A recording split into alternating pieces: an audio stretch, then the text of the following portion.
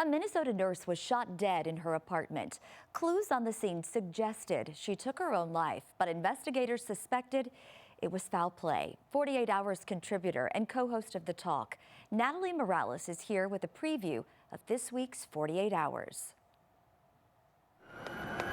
A few days before Christmas in 2022, police were called to the Minnesota apartment of 32-year-old nurse Alex Pennig. Her friend Matthew Ecker told first responders Alex locked herself in the bathroom and fired a gun. Were you guys arguing or something? No, she just grabbed it and put it to her head. Police saw prescription antidepressants, suggesting Alex had been depressed, but her parents, Mary Jo and Jim, say she was fine. I talked to her at 6 o'clock that evening via text. She was doing great. And they say Alex did not know how to use a gun. She didn't like guns, so it didn't make any sense. Evidence suggested to detectives Jennifer O'Donnell and Abby DeSanto that Matthew Ecker wasn't telling the truth about how Alex died. Alex's left hand was found on the gun when she was right-handed. You don't use a weapon with your non-dominant hand. Ecker was charged with murder. His family hired defense attorney Bruce Rivers. He didn't have any motive to kill her. The only evidence is that she touched the gun. There was gunshot residue on her left hand.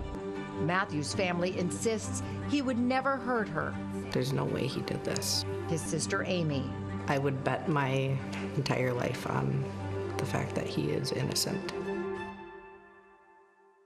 Joining us now from Los Angeles is Natalie Morales to talk more about this case. Thanks so much for joining us, Natalie. Good to be with you, Dana. Well, the evidence seems to go both ways in this case. What else did police find? Well, you know, what they were looking at is whether or not the story that Matthew Ecker was telling was corroborated by the evidence. And what stood out to them right away, the first responders who arrived, was the position of Alex Pennig's body. Her legs were straddling the door.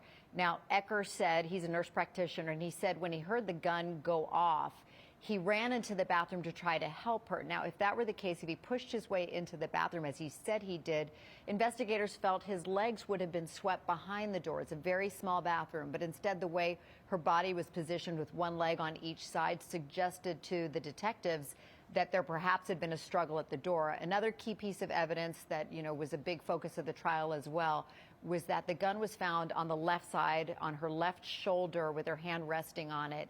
And investigators said, you know, she's right-handed. Alex Pennig was right-handed.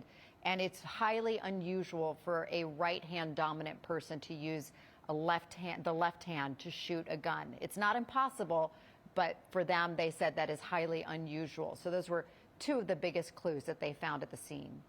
Now, Alex's mother says she had talked to her daughter earlier that night, and her daughter didn't seem depressed. Yes, you know, that's a big question, or whether or not Alex, what her mental health was at the time. She had a history of having mental health issues, and she did have, and investigators found prescription antidepressants at her apartment at the time, and she did have antidepressants in her system, along with 3 times the legal limit of alcohol in her autopsy. However, her mother said she talked to her that evening. She had texted with her, and her daughter seemed to be in a good place emotionally. They were already making plans for the upcoming holiday. They had just seen her during Thanksgiving, and they said she seemed to be doing well. So they said it just didn't fit that she would try to take her life. Natalie, thank you so much for catching us up on this. And of course, you can watch the full story tomorrow night at 9 right here on CBS 19.